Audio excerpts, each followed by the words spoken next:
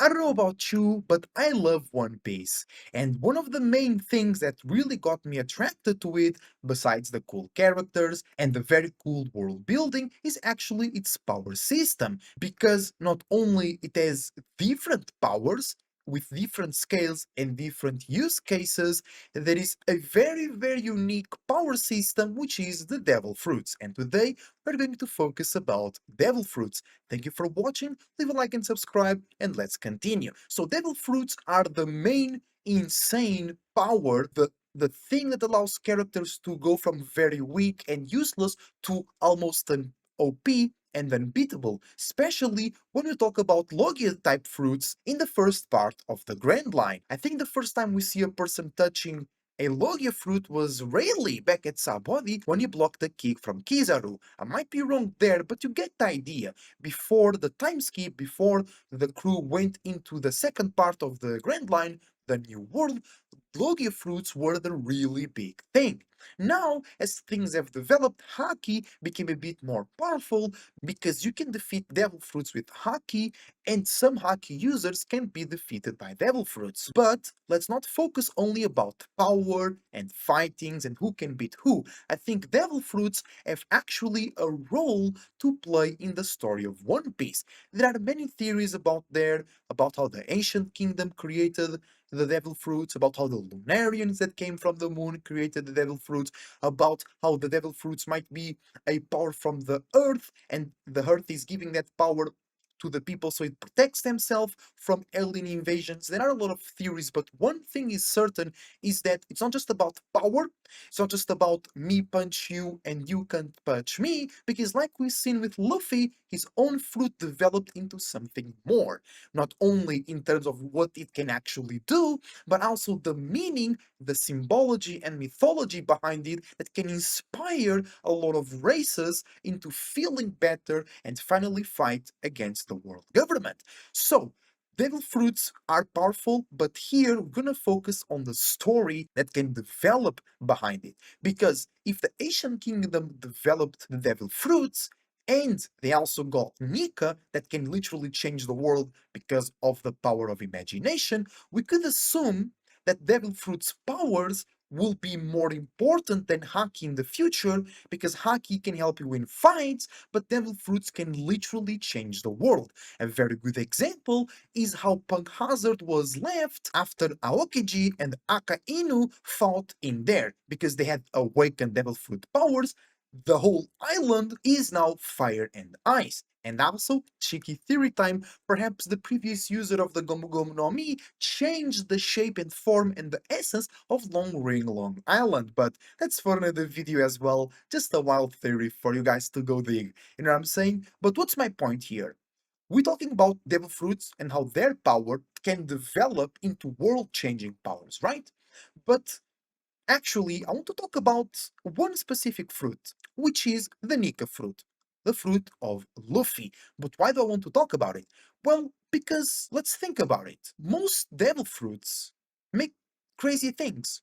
You can have, for example, a person that transforms into a jacket, and then you can wear that person and you become more powerful. You can become a giraffe. You can turn others into soap. You can steal somebody else's shadow. You can turn into fire, light, ice, lava. You can do many things. But I thought about this video when I thought about Baby 5 from the Don Quixote family back at the Dressrosa arc. And why did this character that is not very impactful to the story that we know so far, we all know how all the works make something useless now be the most important thing in the story so far, but what derived me to make this video? Well, it's the power. The devil fruit of Baby 5 allows her to transform any part of her body into a weapon. And when I thought about that, I thought, wait, that's crazy. That's like really crazy. Because yes, we have people that turn into lava, you have people that can turn into light, but turning into guns can actually be a bit more complex than that. Because guns have many parts, and then bullets and gunpowder, and your body just transforms into that. And then Baby 5 can actually transform different parts of her body into different types of weapons. So the complexity, the physical feat that this is insane. And then when I thought about it, I thought about Luffy in Gear 5 and how in the fight against Kaido he grabbed lightning. How in I don't know when, but he made some goggles out of nowhere. And then that made me realize something that all devil fruits are like Nika fruit in a limited way. It's like Nika is all possibilities. The user can make everything come into life, can change reality into his favor, but all devil fruits already do that, right? If you think about it, Baby 5 transforming her arm into a gun is basically what Luffy now can do in Gear 5. So all the devil fruits are a piece of the Nika fruit. Can that be the one piece, the one fruit that can change the world? Maybe. But I think that it's very plausible that the Nika fruit is the ancestor for all the other fruits because it can do anything.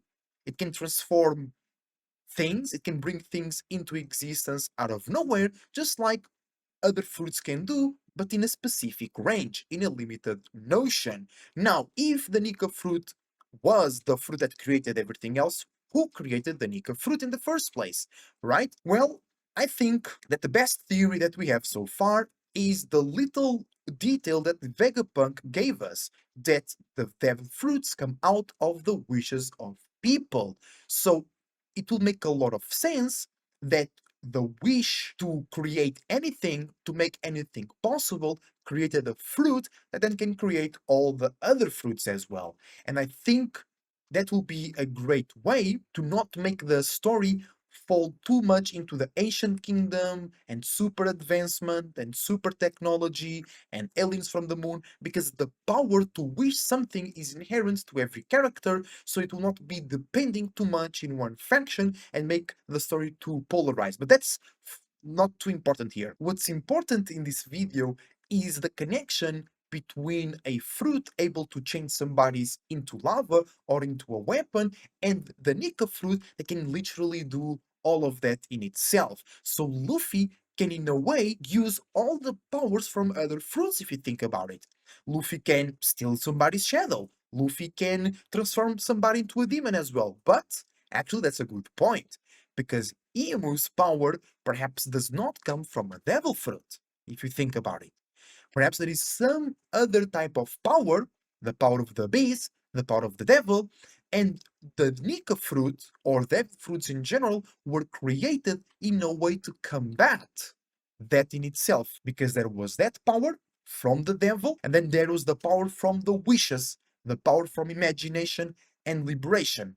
So this video is not really a huge theory or nothing like that, it's just a little thought experiment that I had and I wanted to share with you. So thank you for watching. I hope you enjoyed, and I see you on the next time.